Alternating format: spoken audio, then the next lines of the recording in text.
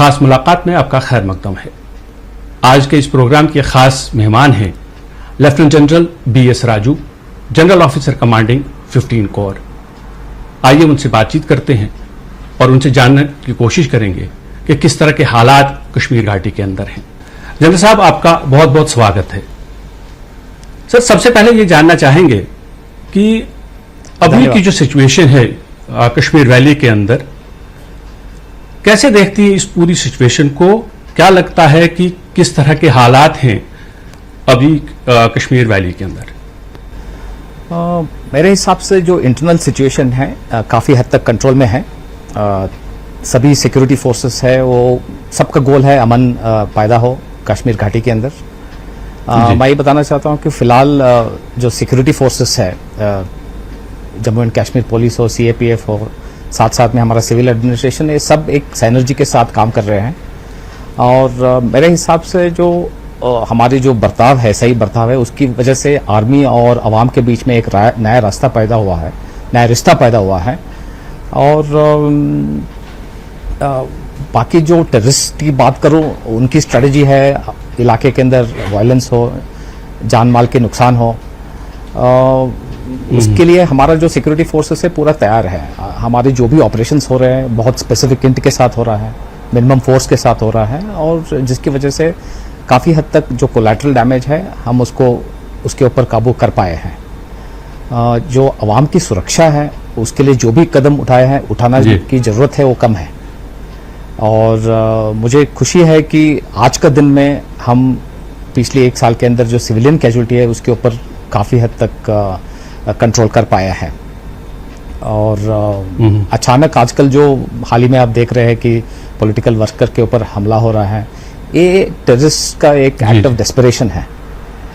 मैं आज का दिन में ये बोलना चाहता हूँ कि जो सॉफ्ट टारगेट के ऊपर जो अटैक हो रहा है उसको न्यूट्रलाइज करने की कोशिश हमारा जारी रहेगा।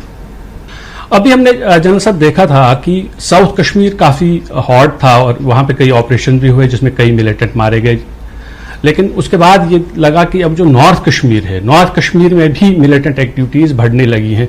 कैसे देखते हैं आप उसको? क्यों कर ये अपसर्ज हो रहा है, ये मिलिटेंसी की एक्टिविटीज नॉर्थ कश्मीर में भी बढ़ रही है? अगर पुराने टाइम में भी अगर आप देखते हो तो जब भी प्रेशर हम एक तरफ ज़्यादा लगाते हैं तो अपने आप ही मतलब टेररिस्ट की जो एक्टिविटी है बदल जाता है। आपको मालूम है कि पिछली 2-3 महीने में हम साउथ कश्मीर के अंदर काफ़ी दबाव डाला था। मेरे हिसाब से फ़िलहाल जो अभी नॉर्थ कश्मीर में जो हरकत हो रहा है वो उसी की वजह से है।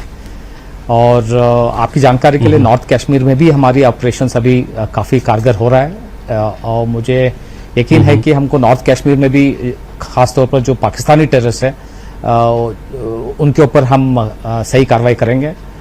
और आपको ये जानकारी जरूर है कि अभी समर का महीना है, इसके वक्त LOC की तरफ से जो गर्मियों के अंदर इन्फिल्ट्रेशन की तादाद हमेशा बढ़ जाता है।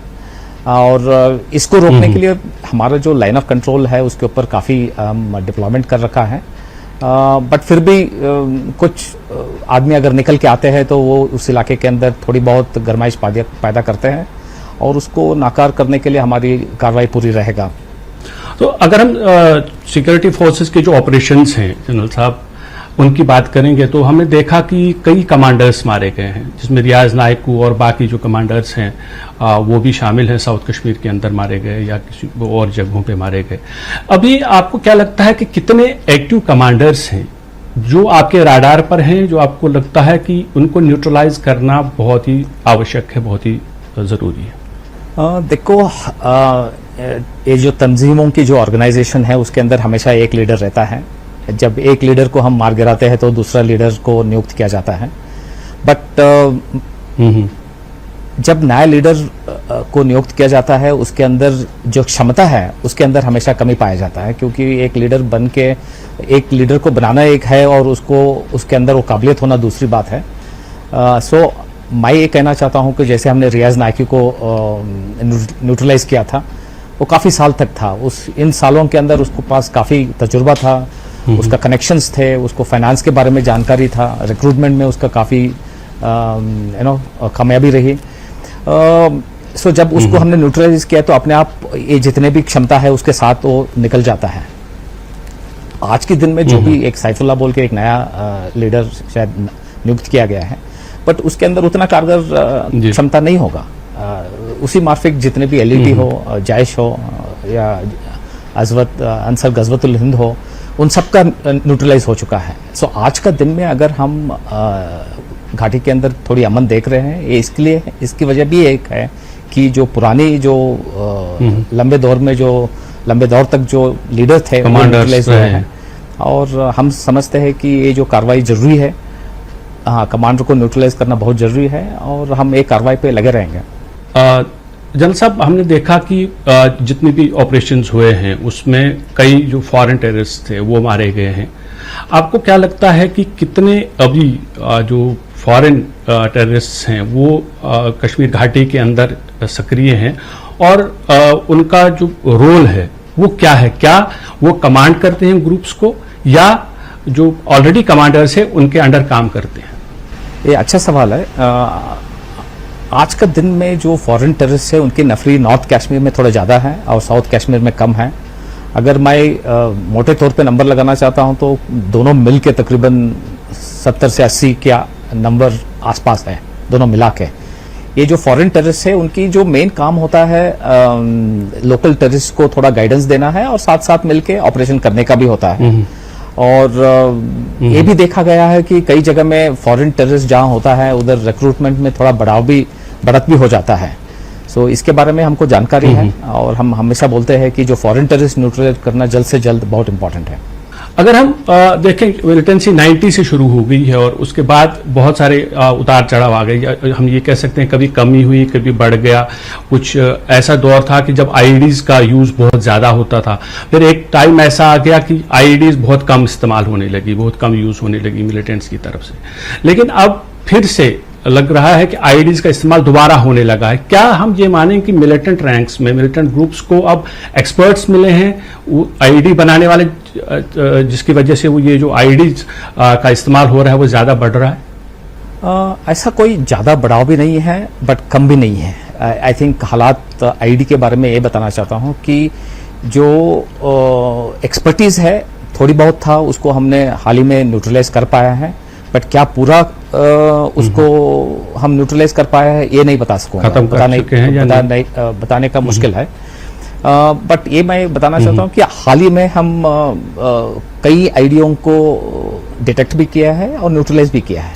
इसमें हमको सफलता जरूर प्राप्त हुआ है, और आगे भी हम जो भी आदमी हैं जिसके पास आईडी बनाने का जो ताकत है उसको न्यूट्रलाइज करना पर हम जोर लगाएंगे, और साथ साथ में आईडी बनाने की जो क्षमता है, जो जहां फैक्ट्रियों से जो आईडी का मटेरियल निकलता है या इन्फिल्ट्रेशन के दौरान जो आईडी की जो आइटम्स आते हैं उनके ऊपर भी हम जरूर एक नज़र लगाएंगे।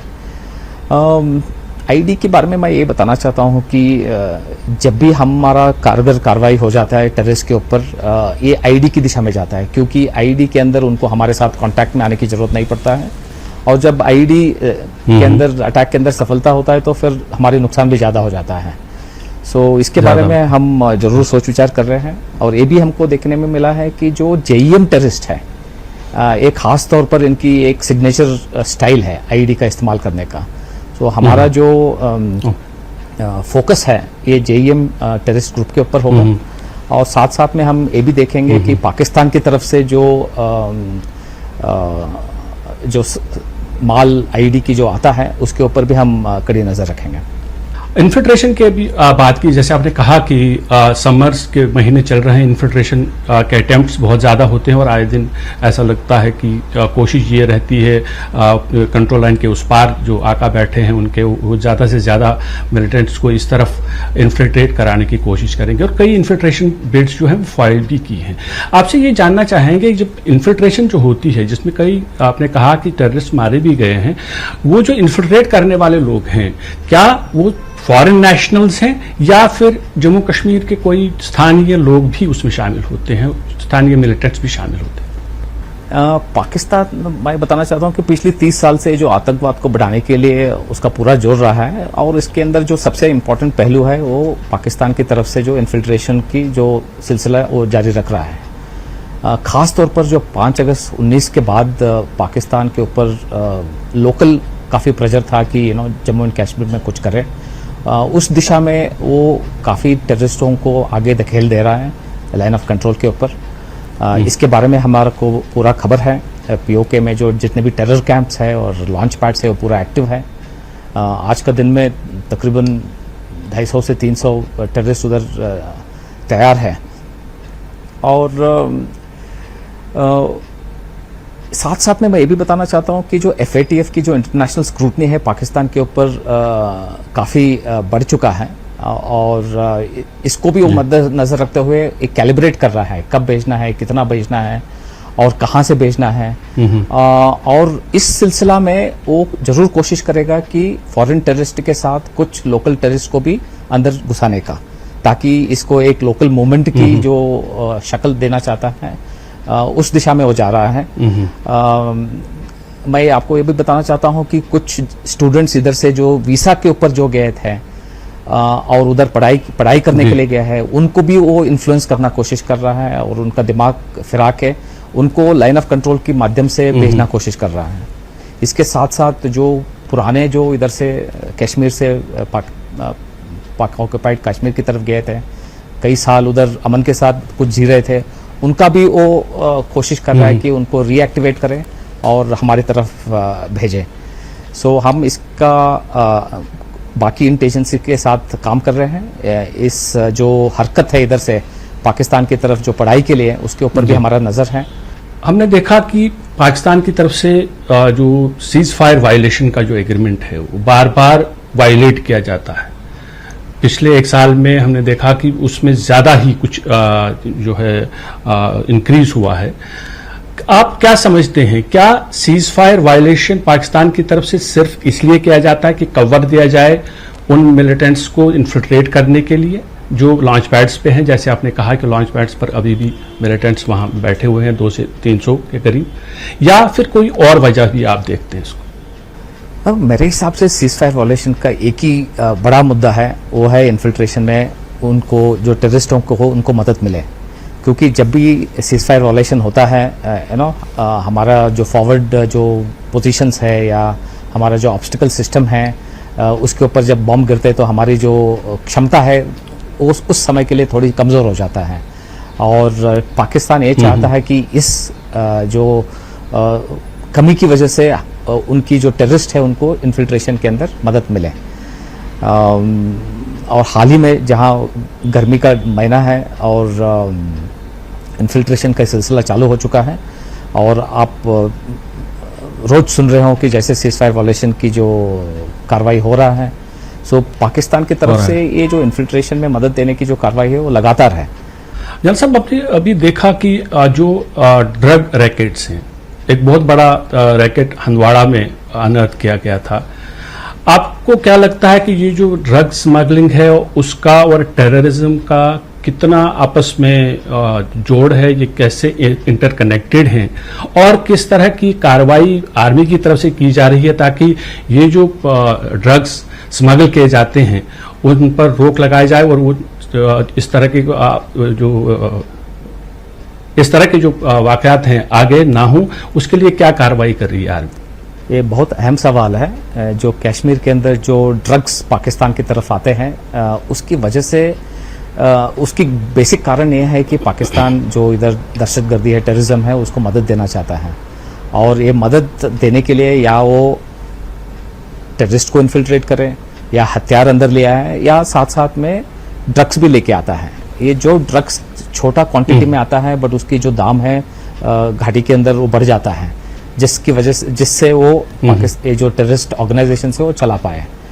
ये जो ड्रग मनी है ये इधर की जो लोकल टेररिस्ट है उनका ट्रेनिंग के लिए हो, फाइनेंस हो, इक्विपमेंट हो, और इन सब में मदद होता है। आपको जानकारी है कि जो अफगानिस्तान से लेके पाकिस्तान से लेके जो इधर तक ये जो ड्रग का जो एक क्रेसेंट बोलते हैं वो काफ़ी मौजूद है और इनके ऊपर हमको कड़ी नज़र रखना है। आज का दिन में हमारी जो बॉर्डर सर्वेलेंस है हम उसके ऊपर फोकस तरीके से देख रहे हैं। जो हवाला नेटवर्क्स हैं उनके ऊपर भी सिविल एडमिनिस्ट्रेशन का जो नुमाइंदे हैं उनके साथ मिलके हम टारगेटेड एक्शन कर रहे हैं जो टेरर फंडिंग के ऊपर।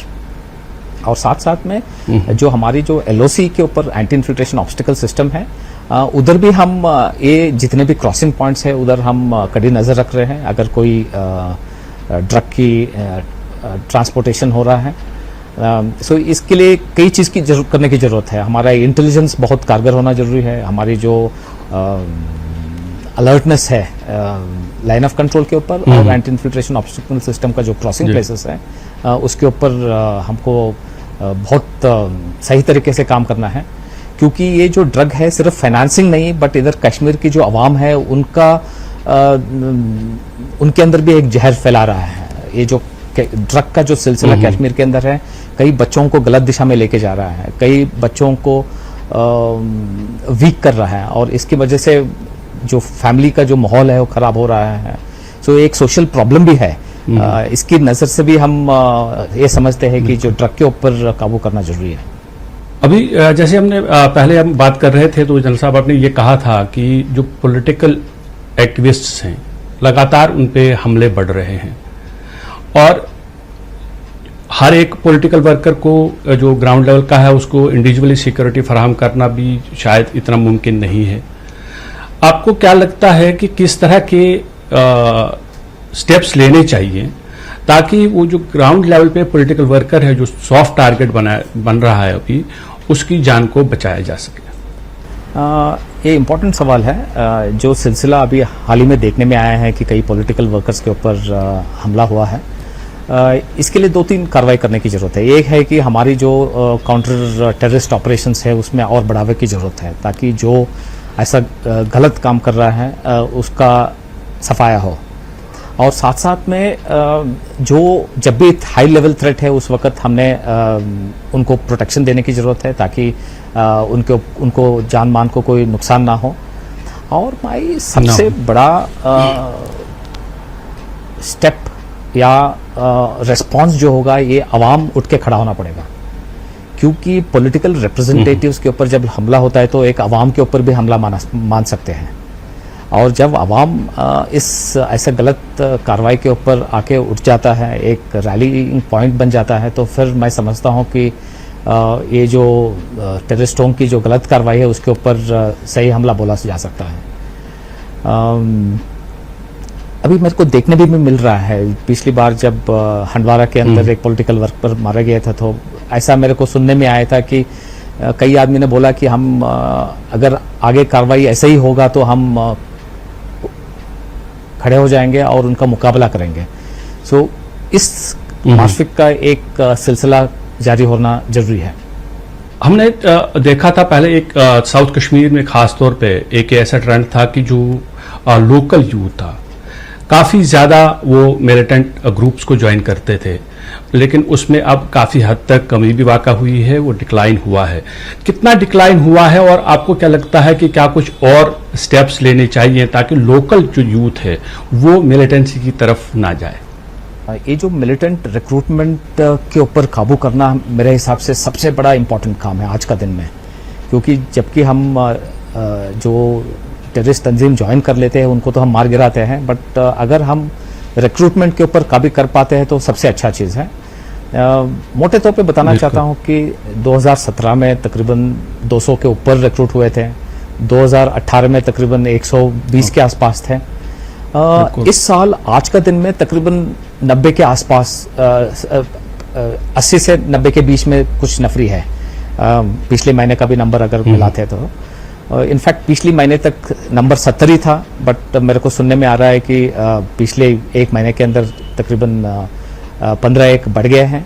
और ये जो राइज है थोड़ा हम एक्सपेक्ट भी कर रहे थे, क्योंकि 5 अगस्त का महीना आ रहा था और इस दिशा में पाकिस्तान की जो प्रोपेगेंडा है और लोकल का भी जो एक फोकस्ड पुश था रिक्रूटमेंट के दौरान।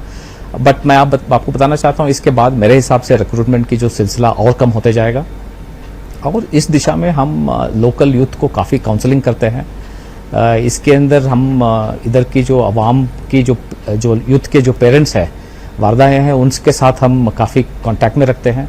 और कई बार पेरेंट्स आके हमको बोलते हैं कि हमारा बच्चा कई दिशा में गलत दिशा में जाने लग रहा है, उसी वक्त हम उसको पकड़ के सही दिशा में लेके आते हैं। और साथ साथ में जब ऑपरेशन भी होते हैं और हमको जब पता चलता है कि इसके अंदर अभी ज्वाइन किया हुआ रिक्रूट है, हम उसके पेरेंट्स को बुलाते हैं और कोशिश करते हैं कि उसको उस वक्त भी वापस ले आए ताकि उसकी जान को कोई नुकसान ना हो। हमारा हमेशा यही कोशिश रहता है कि लोकल का नुकसान ना हो, क्योंकि वो हमारे साथ वाला है और उसको मारने में हमको कोई खुशी नहीं मिलता है। और आगे भी हमारा ये लगातार कोशिश रहेगा कि ये जो गलत रास्ते लेके जा रहे हैं, जो भटक गए हैं, उनको सही रास्ता ले आना हमारा सबसे बड़ा मकसद है। और इसके अंदर मैं आवाम के साथ ये अपील करना चाहता हूं कि आपको मदद करने के लिए आप हमारा मदद करें ताकि कम से कम बच्चे गलत रास्ते पे जाएं। जनरल साहब, अभी जो कोविड-19 की सिचुएशन है और काफ़ी एहतियात बरतने की ज़रूरत होती है, प्रोटोकॉल को फॉलो करना पड़ता है। ऐसे में आर्मी ऑपरेशंस भी करती है और साथ ही जो सिविल एडमिनिस्ट्रेशन है उनको उसकी मदद भी करती है ताकि अगर कहीं पर ज़रूरत पड़े हेल्प की, आर्मी की हेल्प की, तो वो भी किया जाता है। तो किस तरह की मदद कोविड के चलते आर्मी किस तरह से ऑपरेशन सक्सेसफुली कर पाती है और साथ ही सिविल एडमिनिस्ट्रेशन की किस तरह से मदद कर रही है, हेल्प कर रही है? इस सवाल को मैं दो भाग में उत्तर देना चाहता हूं। पहली चीज, जो हमारी जो ऑपरेशंस है वो पूरी कोविड प्रोटोकॉल्स को मद्देनजर रखते हुए हम कर रहे हैं। हम फौज को भी बचाना है और साथ साथ के सिविलियन को भी बचाना है इस बीमारी से। सो जितने भी गाइडलाइंस हमारे पास है जो हमारी हेडक्वार्टर से आते हैं उसके हिसाब से हम करते हैं ताकि ऑपरेशन सबसे सफाई से हो, जहां हमको भी कोई इन्फेक्शन ना हो और सिविलियन को भी कोई नुकसान ना हो। और जो हमारा लाइन ऑफ कंट्रोल के ऊपर भी जो फौज तैनात है वो भी इसी नॉर्म्स को फॉलो करते हैं, बट उनके ऊपर जो इसकी इफेक्ट है कम है क्योंकि वो दूर दराज का इलाके के अंदर है, कोई कांटेक्ट किसी के साथ नहीं है। हाल ही में जो हमारे जवान छुट्टी से वापस आ रहे हैं वो थोड़ी बहुत इन्फेक्शन को लेके आते हैं, उसको भी हम सही तरीके से कंट्रोल कर रहे हैं। हमारे पास क्वारंटीन की पूरे फैसिलिटीज है, टेस्टिंग किट्स है, मेडिकल फैसिलिटीज है और आज का दिन में हम मोटे तौर पे इस चीज को हम काबू में कर पाए हैं। और ये बात जो सिविल एडमिनिस्ट्रेशन की जो बात कर रहे हैं, मैं बताना चाहता हूं कि सिविल एडमिनिस्ट्रेशन के साथ मिलके हम एक प्रोटोकॉल्स अपनाए हैं जिसके अंदर हमको जो भी मदद सिविल एडमिनिस्ट्रेशन की तरफ से चाहिए हमको मिल रहा है और जो एडमिनिस्ट्रेशन को हम मदद कर सकते हैं वो भी हम कर रहे हैं। आज का दिन में हमारी जो फौज का डिप्लॉयमेंट दूर दराका के इलाके के अंदर है, सो हम हमारे जवान और ऑफिसर और डॉक्टर्स उस इलाके में जा रहे हैं और ये पेट्रोलिंग के माध्यम से पोस्टर्स हो, ये चेक पॉइंट्स हो, लीफलेट्स हो, लाउड स्पीकर के माध्यम से हम उनको जानकारी दे रहे हैं ताकि हर इलाके की जो आवाम को कोविड के बारे में पूरी जानकारी हो। और जब हालात थोड़ा बिगड़ गया था उस वक्त हम राशन हो, मेडिसिन हो, मास्क, सैनिटाइजर्स, इसका भी हमने काफ़ी तादाद में डिस्ट्रीब्यूट किया है।